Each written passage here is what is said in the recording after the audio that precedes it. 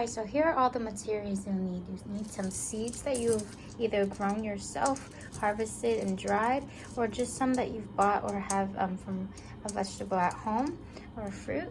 Some water, paper towel, and Ziploc bag. And you know, after this project, you'll have something that can germinate hopefully and become something like this. I'm doing this in my small little apartment in New York City, and so anywhere that you have some sunlight and a windowsill, I think it will be a perfect project for you. Right here I also have some examples of some that I have done a week ago, and I'll show you the results at the end. But you see the water kind of creating a little greenhouse inside, which is really fun for kids even to experiment with. I'll hold it even up to the light so you can kind of see a little of the sprouts that are happening. That's a little sprout. Those are sprouts just happening right in the bag. Alright, so let's begin. I'm going to just take 2 pieces of paper towel. I'm going to crumble it up a little bit and then dip it in my water. I'm going to go ahead and make sure it's damp, but it's not soaking. You don't need it to be too soaking wet. I squeezed out about like a few drops right there. And it's kind of nice and wet, almost like you're wiping down a surface that's a little bit of, you know, stains or anything. You want to keep it nice and wet. And also you have to think about how the plants have to be in this baggie for about a week and a half for it to germinate. And so keep it nice and wet. We're still a little drippy right here. I'm going to go ahead and open up my Ziploc bag. I like to go ahead and put my middle finger and my thumb at the corners. It's helpful to go ahead and guide you into the Ziploc. And then I just spread it out on the corners right here.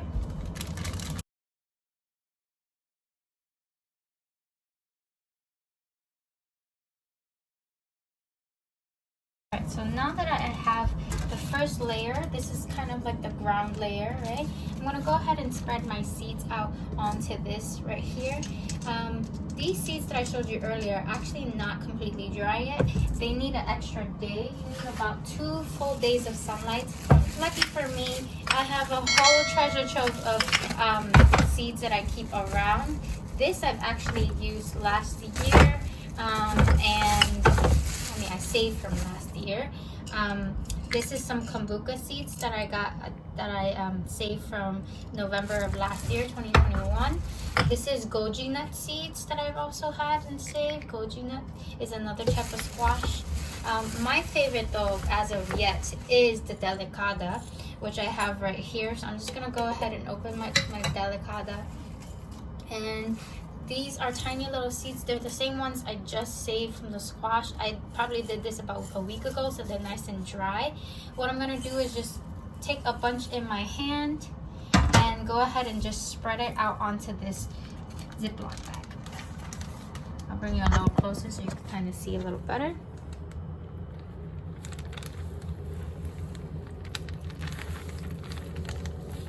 And they do not need to be too perfectly spaced out. They'll kind of grow at this different speeds. So some seeds will germinate really fast. Other ones will kind of take a little longer. And when I say germinate, I just mean that the seed has taken root a little bit and maybe a leaf has popped out. And leaves do actually grow in these bags, and so don't be afraid when you see that. That is your plan working, your experiment working. This is also something really fun for kids to do in an elementary level, and you don't have to, you know, do something messy with a bunch of soil all over your classroom if you're a teacher, or even if you're a parent. You know, you could just do this in your house with simple ingredients that you have. Simple materials that you have. You could fit about 100 seeds in here. I'm gonna go and put a little bit more because I'm gonna be planting a whole big section in one of my dear friends' gardens, and so I'll have a bunch of space for these squash plants. If you're doing it at home just for experiment, you don't have to put as many. About 90% of these seeds will germinate though, and I'll show you that in the other completed bag. But here is how it should look. They can be touching. You can take your time. Up a little honeydew seed kind of snuck in there. Another one. I did 2 at the same time. Go ahead and put that second layer of tissue paper now because it needs two. It needs a bottom layer that's going to go on the bottom, protecting one side of the seed, and then another layer to protect the other side of the seed. So I'm going to do the same thing. You know, just work your way in there. It should be just another, it's like you're making a seed pod sandwich, a little greenhouse sandwich right here. And we're going to just go ahead and cover that other side. Should look something like this. Both sides should be covered. You'll have it like a sandwich. One side is covered, the other side is covered. Never ever close the Ziploc bag. It will start to mold.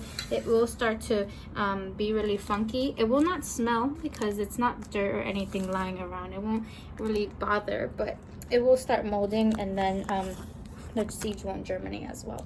And so that's it. That's how simple it is. I usually put it on a tray. So I'm gonna go ahead and put it on a baking tray. I'm gonna bake it, but I'm gonna make another one of these and then put it in a sunny spot, and then they're easily movable. You could also use some tape and tape it directly onto the windowsill, where they'll get plenty of light and sunlight, and they'll grow out of their packets. And a week later you'll see a bunch of sprouts. So I'm going to show you one that I did a week ago,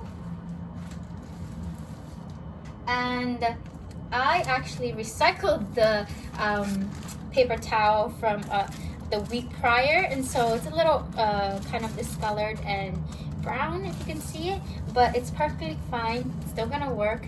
And if you can see really closely, some of these you can see the little sprouts coming out. I'm gonna take these and plant them directly into soil that's nice and moist, and you can really see how a lot of them already have done that after a week and a half. So this is the bag that we just completed today, March 14th, and then this is one from a week and a half ago, the 2nd of March, and you can see that it's a lot of evaporation happening, condensation, and so I'm just going to go ahead and open up this bag really quickly. And at the top you can see some discoloration just because I used this a few times, but I open it up and there's already some sprouts that I see. Now some of it, especially if you're doing your own seeds, can have a little bit of mold, but it does not affect the plants, especially when you plant it into the soil. And I see a bunch right here in this corner. What I'm going to do is just simply take a plot of soil. If you're directly planting, you could go ahead and do that right around April, but since it's still cold outside, I'm gonna go ahead and plant it right over here onto my windowsill garden.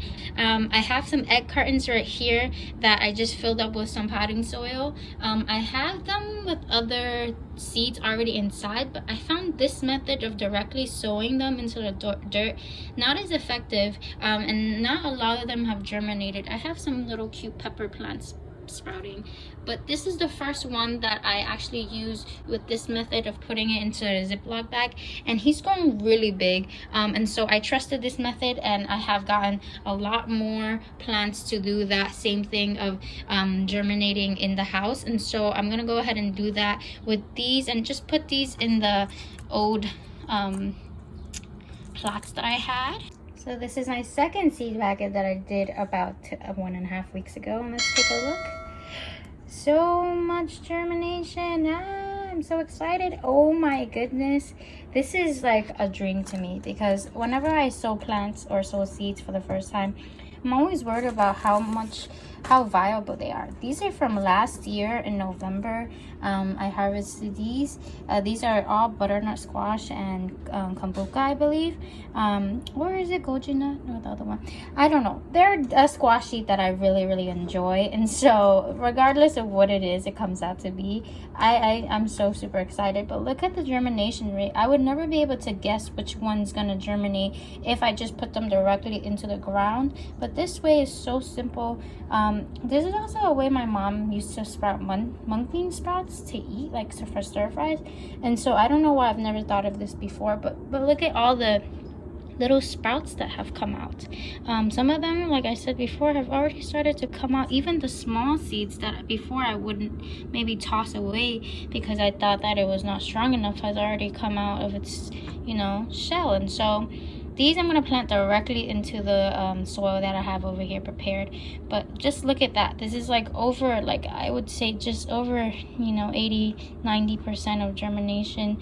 Only a few of them haven't, but I'm just so impressed. Like, if you have never tried this method to grow and start your own little gardens, own, you know, little forests or systems at home, please give this a try. I definitely recommend that. Give it a big thumbs up.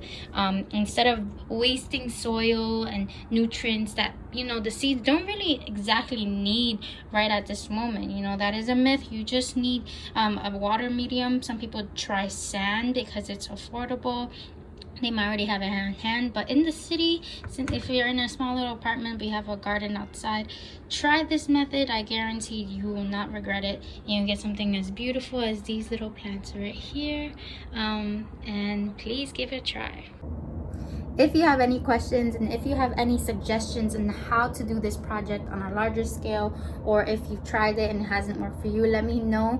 Maybe I could give you some more tips, but maybe you can also give me some too. Thank you, and see you again. Bye bye.